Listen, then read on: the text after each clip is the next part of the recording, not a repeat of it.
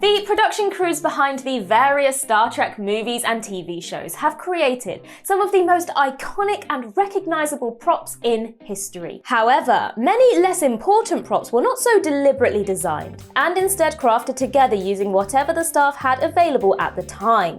Old toys, leftover props from other productions, common household items, and other seemingly useless things were painted, redecorated, and used to fill up the scenes with detail and make the world more believable. Some of the props were creative, some were just lazy, and a few were actually repurposed from other franchises.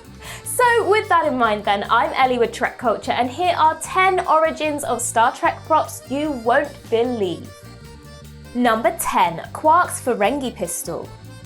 Many props in Star Trek were used from whatever the crew had to hand, and one such creative example of an object being repurposed is Quark's Ferengi pistol in the Deep Space Nine episode The Magnificent Ferengi. The weapon was created by cutting up and rearranging parts of a 1984 Invid Shock Trooper action figure from the Robotech series. The figure's shoulder cannon was used to make the weapon's barrel, and its leg was turned into the handle.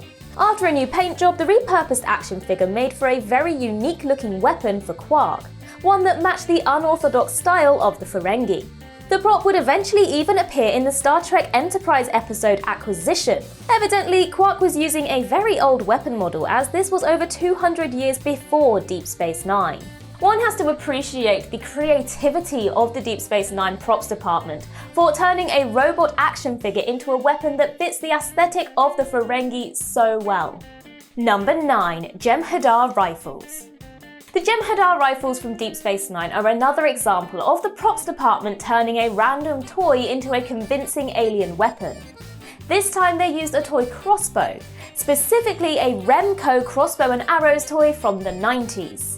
The JEM'HADAR rifles were made by flipping the crossbow on its side, removing its spikes, adding a new handle, and giving the whole thing a metallic paint job, as well as a few other minor changes. The prop was actually also used earlier in Season 1 of Deep Space Nine as the weapon of the Hunters trying to catch Tosk in the episode Captive Pursuit. This earlier version of the prop still included the two spikes coming out of the barrel, which gave it a more crossbow-like appearance. The JEM'HADAR version was made to look much more dissimilar to the Remco toy.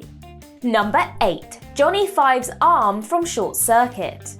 In the Star Trek Voyager episode Prototype, the crew encountered a robotic body floating through space. They beamed it aboard, and B'Elanna Torres was able to reactivate it. The robot identified itself as an automated personnel unit created by the Builders, who we later learned were the PRAETOR. The robot explained that his race was made nearly extinct due to a great war, but leaves out the fact that they killed their creators, the PRAETOR. He then pleaded for Torres to help him rebuild his people. Captain Janeway refused this request, believing that they did not know enough about these robots to make a decision, and in anger, the robot kidnapped Torres aboard one of his people's ships and forced her to work on the new prototype robot. The PRAETOR ship is filled with interesting robotic props for B'Elanna to use to construct the prototype with, but perhaps the most interesting is a robotic arm spotted in a few scenes while B'Elanna is talking to her captor. Eagle-eyed fans will immediately recognize this prop as the arm of robot Johnny Five from Short Circuit. Whether this was intended as an Easter egg or not, it's still really cool once you notice it. Number 7. Pads in the original series. Star Trek the original series had a very limited budget, considering the number of practical sets and props that were made for the series. Because of this, many cheap materials were used, such as foam and cardboard, and interestingly, an old toy called the Magic Slate. It was originally invented to save paper, but quickly became popular as a toy. In Star Trek, the Magic Slates were repurposed as the screens of the Enterprise's pads, or personal access display devices. They were framed with a box and given 12-volt light to appear more futuristic. These tablet-like devices were used by a number of crew members throughout the series. Number 6. EV suits in the original series.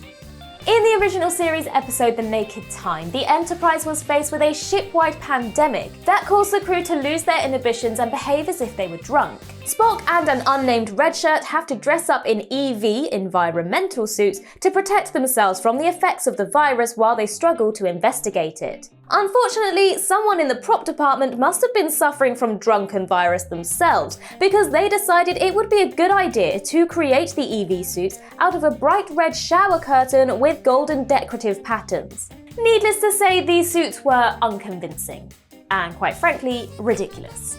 Luckily, the EV suits on the show were replaced with a new design after this episode. The newer ones were still slightly goofy looking with a shiny silver fabric and a giant blocky helmet, but at least they don't look like something that came out of your grandma's bathroom.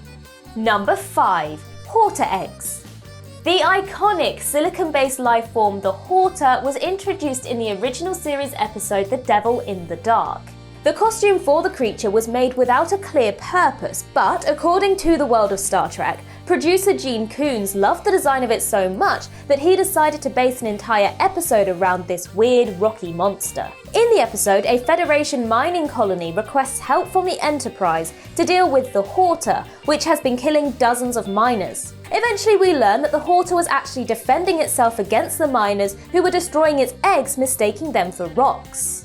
After creating the HORTA costume and the cave set, the budget must have been pretty low. So when it came time for the props department to design the HORTA eggs, they decided to use children's plastic bouncing balls covered in gold paint. While the spherical shape of the eggs was interesting, it does make one wonder how the miners could ever mistake them for real rocks. Number 4. The White Rabbit. In the original series episode Shore Leave, the crew are exhausted after 3 months straight of operations and decide to stop at a planet in the Omicron Delta system for some shore leave. Little did they know that this planet was actually an alien theme park where all thoughts become reality. They encountered a number of whimsical and ridiculous things, including a katana-wielding samurai, a knight on horseback, a World War II fighter plane, and Kirk's old classmate, who used to bully him in Starfleet Academy. But by far the weirdest thing that the crew hallucinated was the White Rabbit from Alice in Wonderland. In an interview with StarTrek.com, the actor who played the White Rabbit in this episode, Billy Blackburn, stated that he got the costume for free while performing as a figure skater in the Ice Capades. I mean, this episode literally just seems like it was written because the production crew had loads of random costumes lying around that they wanted to use. Number 3. Matthew's Christmas Present. Fans of the Alien franchise will be pleased to know that apparently the movies do exist within the Star Trek universe. Or at least that's what we're led to believe by the toy we see in the 7th film. In Star Trek Generations, Picard is sent to the Nexus, an alternate reality where everything is exactly how you want it to be. In this illusion, Picard dreams of having a lovely Christmas with his family and his fictional son, Matthew. Weirdly, the Christmas present that Matthew opens is actually a Space Marines evac fighter from the 1992 Aliens action figure line by Kenner Products. They did nothing to change the toy, and it is clearly recognizable as the ship from the Alien franchise. It is great though to know that somewhere deep in Picard's subconscious he knows that any truly perfect reality will include the Alien franchise. I mean, he always did have good taste, so. Number 2. PRAETOR SHINZON'S knife. Many may not know this, but Shinzon Praetor's blade in Star Trek Nemesis was actually a real knife, specifically a 1999 jackal knife designed by Kit Ray for Gil Hibben. In the movie, Shinzon used it to injure Commander Riker's arm and nearly kill Captain Picard aboard the Scimitar. Interestingly, this same exact knife also appeared frequently on the classic show Buffy the Vampire Slayer, most notably when Buffy used it to lure the mayor into a trap in Sunnydale High School, after he had ascended into the embodiment of the Old One, Olvikan. The knife was designed to be intimidating. The double blade and strange curved edges make it seem more like a work of art than a weapon, which matched perfectly with the brutal elegance of the Romulan and Reman culture in Star Trek. Number 1. Replicators in Star Trek Picard.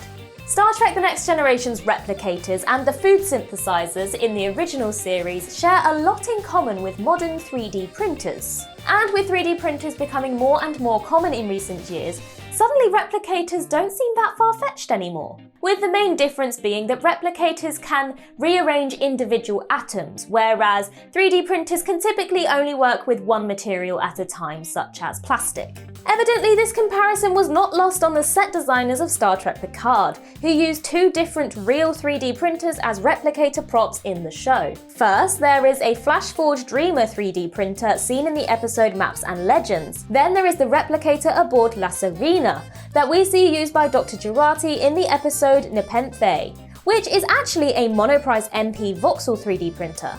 Both props were only slightly altered. Unlike some of the other things I've spoken about, the inclusion of 3D printers seems more like an Easter egg than a way to save money. And it's great to see Star Trek acknowledge the real-world technologies that it brought to the public eye decades ago. And that concludes our list. If you can think of any other weird prop origins, then do let us know in the comments below. And while you're there, like and subscribe and tap that notification bell. Also, don't forget to head over to Twitter and follow us there, and I can be found across various social medias just by searching Ellie Littlechild. I've been Ellie with Trek Culture. I hope you have a wonderful day, and remember to boldly go where no one has gone before.